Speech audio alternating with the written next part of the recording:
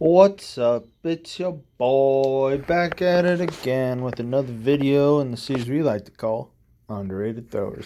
Today we got Andy Bloom. Now, people know him a lot more for shot put. He was a thrower predominantly in the late 90s, early 2000s. Made the Olympic team in 2000, where he got third with a PB at the time. I think on his last throw, and competed.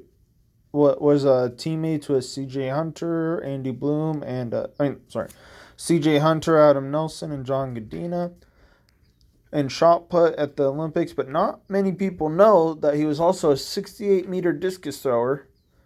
So his PR in shot put is 21.82. His PR in discus is 68.48, right?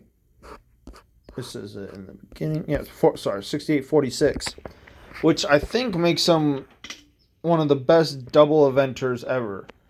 Almost as good as John Godina, which in my opinion is the best dual eventer ever. But he close. He's not as accomplished as John Godina because he competed against him, so obviously he didn't beat him. But at least at major competitions. But there have been technical analysis and stuff on his shot put because he has a very unique shot put style. So if you want to look at that, you can watch. But not many people look at has done analysis and stuff on his discus. And his discus to me is interesting because he doesn't throw it at all like the shot put. So in the shot put, he basically just bends straight over, and his head is basically touching the ground, and then he stands up. But with the discus, he has a very just standard wind, just very comfy. Kind of reminds me of Smilky, I think is his name, the lefty Jamaican thrower. This kind of reminds me of his wind, except Andy Bloom is right-handed. But right here,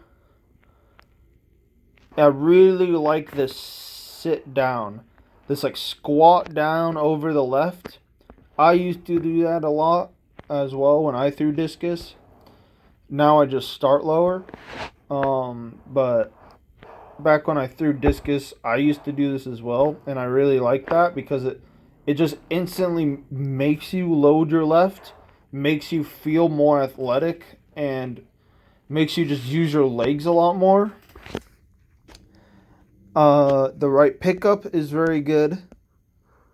Discus behind his right hip, very good separation.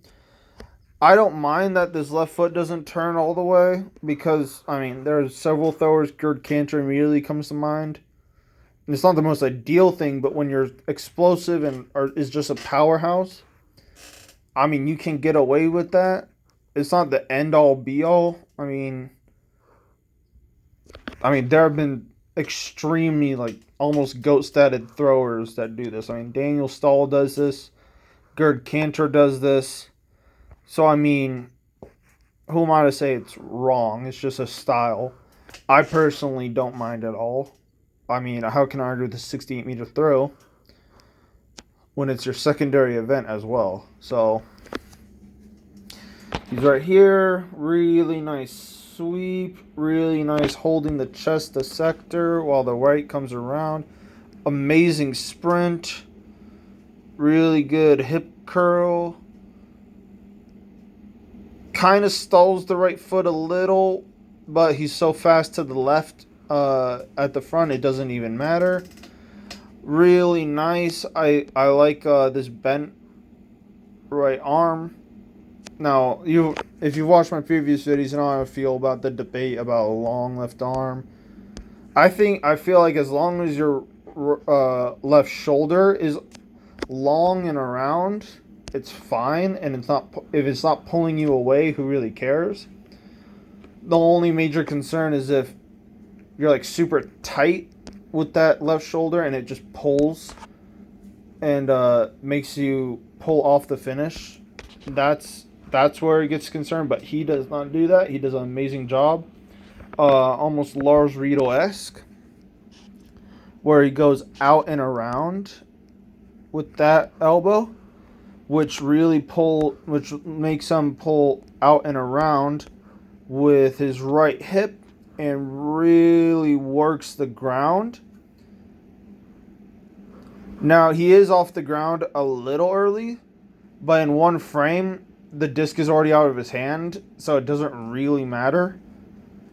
Because normally you'd want to still stay grounded here, but, I mean, in one frame later, the disc is out of his hand, so it doesn't even matter. The timing's correct for how much of a powerhouse he is. And just a really nice reverse. Oops. His left lands here. Right reverses right into it. Easy save. Let's watch this full speed. And you'll just see I think he's actually a really good technical model. I really like the way he throws. It's just nice, simple, just gets to the point. Just nothing really wrong, honestly. I mean, he's just an animal with really just solid technique. I mean, there's really nothing I can say that's majorly wrong or anything I would change, to be completely honest. And it's not just because he basically threw like how I threw, minus the power, athleticism, and height and speed and, you know, all that. But technically we threw pretty much the same. I had a little different wind to him, but that's basically it. And it's weird because I didn't even use him as a technical model or anything. I actually just saw that just now when I was making this recording. So, the more you know. But yeah, really nothing that much to say. I'll put his notable accomplishments, his height, weight, his personal best in the video description, and hope you all have a good day.